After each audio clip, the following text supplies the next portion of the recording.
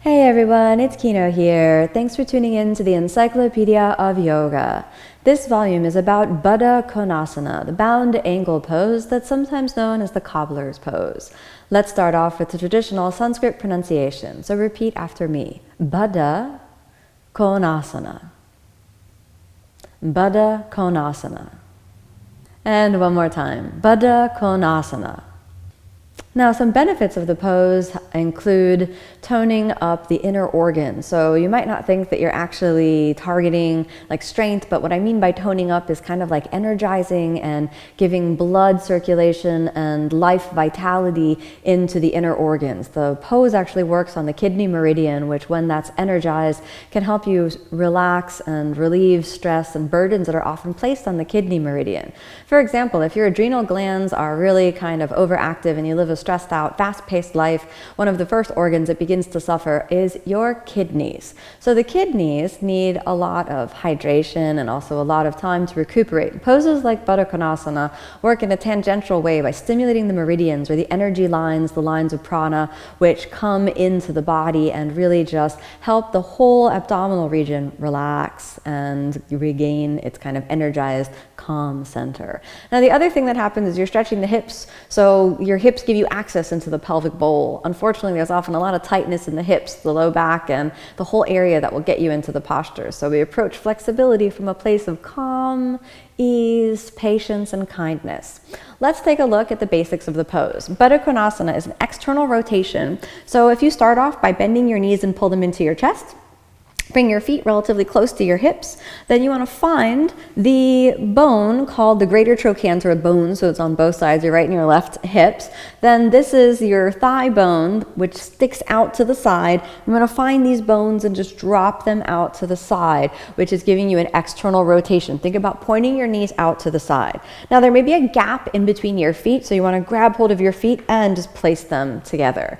So the first thing that happens in Baddha Konasana is that as the feet come together, the knees may elevate and your back may round under, and you may actually feel like you want to hold your feet together, but that's actually the exact opposite motion that you want to do to enter the pose. So if you're sitting like this and you're feeling a lot of pain in your knees, the first thing to do is to grab some bolsters or some pillows and elevate your knees until the pain goes completely away. Never in this pose do you want to feel any pain in your knees. However, if you're feeling bands of tension through the inner thigh, then this actually is part of what the pose is aiming to help you find release from. So you want to be very conscious about which parts of the body are talking to you. And again, any pain in the knee, keep elevating the hips until that pain goes away with blocks and bolsters. However, if that pain that you may feel is like a stretching discomfort in the belly of the inner thigh, then this is acceptable. Now, to enter the posture, the first thing you want to do is activate your legs. This is not a passive pose. So we take a look down at the feet. Again, the feet almost want to be attracted to each other and close, so you have to think about activating the soles of the feet. Root down to the base of your little toe and start to spread the feet open. You should feel your ankles starting to activate. So as you spread the feet open, you're pressing the bases of the big toes, the outer edge of your heels into each other, and the soles of the feet open like a book. And this is the activation that will help protect your knees and help you get into the posture. Second thing to watch out for is that as you begin to press into the feet, your feet actually kind of want to move away from your pubic bone, but Baddha Konasana should have the feet as close to the pubic bone as possible. All right, you want to feel some activation through the ankles. Your knees are moving out to the side as much as possible. And then the last thing that we really want to do as a prepare is you're going to get rid of any rounded back under tilt of your pelvis. So grab hold of the pelvic floor, talk to the space between your sitting bones, all of that activation down in the base of the pelvis, and then lift it up until you come up onto the very top of your sitting bones. Let's start off with what's called Baddha Konasana C, or the straight spine position Baddha Konasana. Take your thumbs and press them on the mound of your big toes, curl the fingers under, and lift the center of the chest up. Send your pubic bone back as you send your chest ever so slightly forward, rolling forward to the very front of your sitting bones. Then drop the shoulders down the back and straighten the arms. We'll hold that for a few moments. Don't do all the work with the hands. Remember, your feet are doing the work of spreading themselves apart and your hands are like placeholders. Get really comfortable here. I don't recommend that you grab hold of your knees and try to force them down or anything. Just let them be there. Do the work with the feet and the work with the inner space of the pelvis. Now we'll move into Baddha Konasana A position. How you enter this pose is very important. The pivot point of your torso, as in all forward bends, happens at the root of the pelvis. So we're looking at the hip joints and the pubic bone. So if you can, find your pubic bones, do it with the hands, reach down, find the pubic bone, just the pubic bone. And after you got the pubic bone, then just send it back and see if you can just pivot and think pubic bone moves back. And I really want you to feel that. You should do this so much that your sitting bones start to send back and come off the ground. In the first version of Baddha Konasana, you can let the sitting bones come off the ground, pivoting forward, but at the same time, keep the pubic bone in proximity to the heel. Don't open that gap. Then after you begin to pivot forward, you should feel an increased kind of burning sensations along the inner thigh, keeping your back as straight as possible. Exhale as you keep pivoting forward, let the movement come from the hip joints, from the pubic bone as you descend forward and down, forward and down, forward and down, forward and down, doing good. And as far as you want to go, or as far as you can go with a straight spine, you want to go that far. So if you can only go to here, allow yourself to come here. But if you can eventually reach down, you could place your forehead on the ground, your nose on the ground, or eventually possibly your chin on the ground.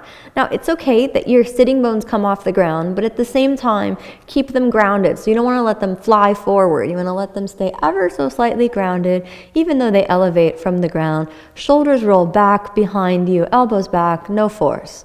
Use your feet. You may be feeling tension in the ankles, no problem. You may be feeling tension through the inner thighs. Again, no problem. Inhale, let's come on up. And then now, what happens when you come up is that proximity, the gap between your heels and your pubic bone may have widened. So just take a moment and slide that forward.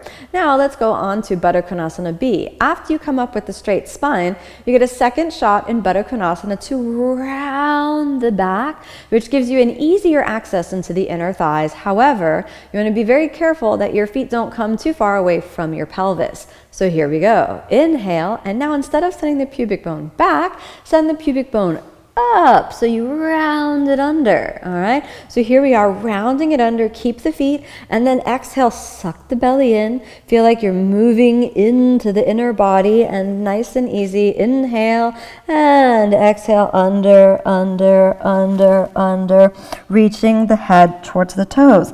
Now, so you can try to do it without the hands, but you may need to hold on with your hands a little bit so you can reach all the way down. Then let's pop it back up. I like to come through a straight spine on the way back up. All right, pausing in Baddha Konasana C for a moment and holding on to the knees. Bring them into your chest and just shake it out. All right, let's take a look at some common pitfalls for Baddha Konasana. Now, the most common thing to have happen in Baddha Konasana is that when you go forward, either you do not try hard enough to keep the spine straight so the back is rounded, or you throw the body forward and the sitting bones fly off of the ground. So the sitting bones flying off of the ground, there's too much space between the hips and the ground. So we want to think about the sitting bones are going to come off of the ground, but we don't want them to fly. So if you think about sitting bones have a little bit of weightiness as the pubic bone pivots back, they stay in close proximity towards the ground, yet they have a freedom to elevate just a little bit. So different than flying off the ground, we're keeping the sitting bones grounded. Now, that's that common mistake that the person may be more flexible. If you're a little bit tighter, what you may find is that as you go forward, you cannot get that pivot into the hips. I recommend then that you stay for Baddha Konasana A and focus on pivoting through the hips and just get that pivot rather than trying to fold forward. And this is just sort of rocking the pelvis backward and forward until you can really feel the movement originating down in the base of the pelvis. And this will again bring energy into the abdomen and the organs of the abdomen, energy through the meridians of the legs, and help you get a sense of understanding really of how movement mechanics in the body happen to facilitate your entry into Baddha Konasana.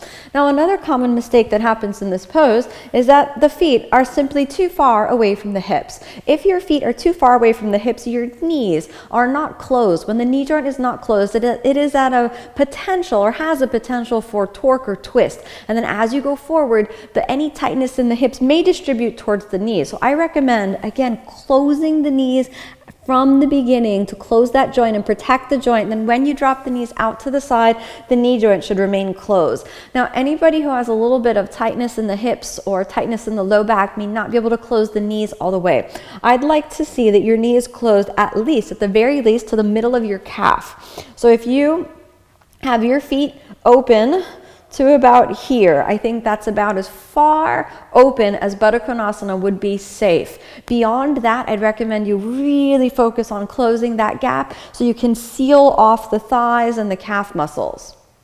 Now, some common mistakes that are also made is that you think that you may need to force your knees to the ground. So you see people sometimes pushing the knees down, and you don't want to fight with the body.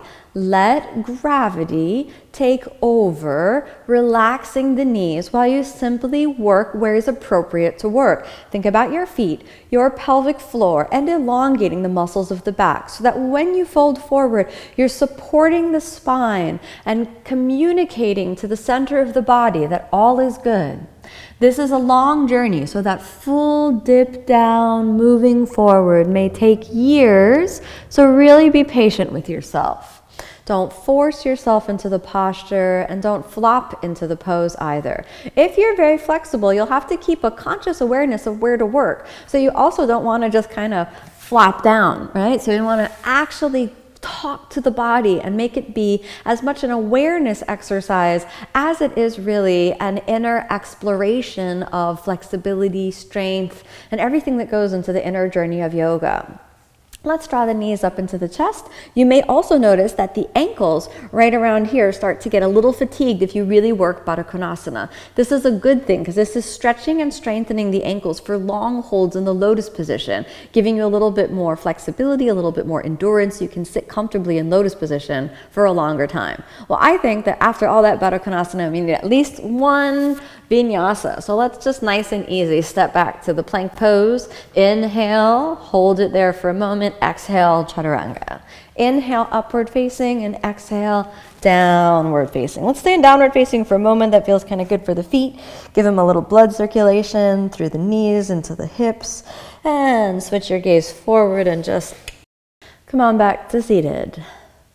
One of the things that can really happen in Baddha Konasana is that this is one of these poses that's kind of a trigger of deeply held emotions. In traditional Chinese medicine, it's said that the organs actually are reservoirs of deeply held emotions. So it makes sense if we're working on meridian channels that can bring health and vitality into the inner organs, that you may be finding some triggers that kind of get perked up or stimulated. Some things that can often happen for me in Baddha Konasana is I often feel kind of an inner shaking, a little bit of vulnerability, almost like I notice a sense of softness, a sense of perhaps sadness, or even just a sense of kind of weariness. And this is okay. If any emotions arise, give yourself complete permission to feel them all. Don't try to stuff them down. Just observe them with an equanimous mind, like clouds rolling through the open fields of the mind that is like the sky.